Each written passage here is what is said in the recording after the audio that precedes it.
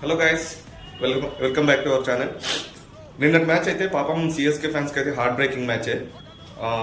ధోని, రవీంద్ర జడేజా, సురేష్ రైనా వీళ్ళు ముగ్గురు లేకుండా చెన్నై టీం ఫస్ట్ టైం నిన్న ఒక ఐపీఎల్ మ్యాచ్ ఆడింది.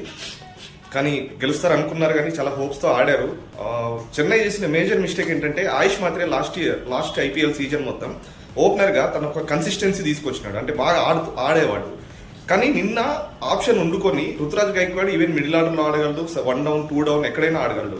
సో ఆయుష్ మాత్రేని, సంజు శాంసన్ ని ఓపెనర్గా ప్రమోట్ చేసి గైక్వాడ్ మిడిల్లో ఆడింటే ఆ మిడిల్ ఆర్డర్ కూడా ఒక కన్సిస్టెన్సీ తీసుకొచ్చేవాడు. సో వికెట్లు పడినప్పుడు కూడా తను కొంచెం ఆడుతూ ఎదుటి వాళ్ళని ఆడిపించి ఇది చేసే ఆప్షన్ ఉండింది. కానీ చెన్నై మేనేజ్మెంట్ మరి అది ఎందుకు ఆలోచించలేదు, ఆ పాయింట్ వాళ్ళు ఎట్లా మిస్ అయిపోయినారో అర్థం కావట్లేదు. స్టార్టింగ్లోనే సంజు శాంసన్, రుతురాజ్ గైక్వాడ్ ఇలాంటి మెయిన్ వికెట్లు పోవడం వల్ల కొత్త వచ్చిన మిడిల్ ఆర్డర్ మీద చాలా ప్రెజర్ పడింది. సో ఆ ప్రెజర్ని వాళ్ళు హ్యాండిల్ చేయలేక ఆ వికెట్స్ అన్ని ఇచ్చేసుకున్నారు. సేమ్ టైం ఆర్ఆర్ కూడా మంచి బౌలింగ్ చేశారు, మంచి లైన్ అండ్ లెంత్ వేశారు. ఎక్కడ వాళ్ళకి ఈజీ బాల్స్ ఇవ్వలేదు బ్యాట్స్మెన్కి, చెన్నై వాళ్ళకి ఆడడానికి.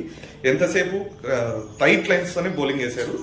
అండ్ నేను ఇంకో కోఇన్సిడెన్స్ ఏంటంటే first time Sanju Samson RR నుంచి సిఎస్కేకి వచ్చాడు, సిఎస్కే నుంచి రవీంద్ర జడేజా ఆర్ఆర్కి వెళ్ళాడు.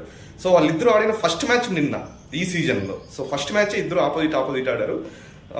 రవీంద్ర జడేజా ఏ టీంలో ఉన్నా సక్సెస్ అయినట్టే. ఇప్పుడు ఆర్ఆర్ గెలిచింది కాబట్టి రవీంద్ర జడేజా సక్సెస్ అయ్యాడు.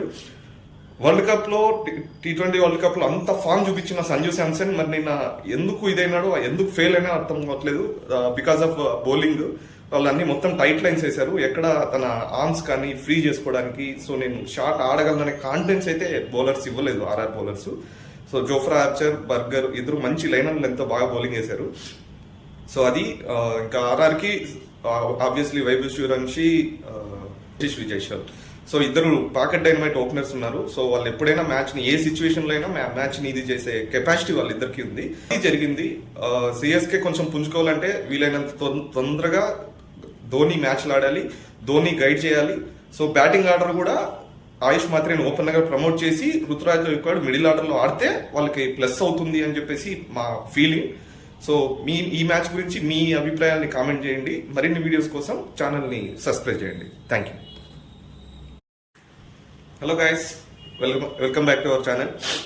నిన్నటి మ్యాచ్ అయితే పాపం సిఎస్కే ఫ్యాన్స్కి అయితే హార్ట్ బ్రేకింగ్ మ్యాచే. ధోని, రవీంద్ర జడేజా, సురేష్ రైనా వీళ్ళు ముగ్గురు లేకుండా చెన్నై టీం ఫస్ట్ టైం నిన్న ఒక ఐపీఎల్ మ్యాచ్ ఆడింది. కానీ గెలుస్తారు అనుకున్నారు కానీ చాలా హోప్స్తో ఆడారు.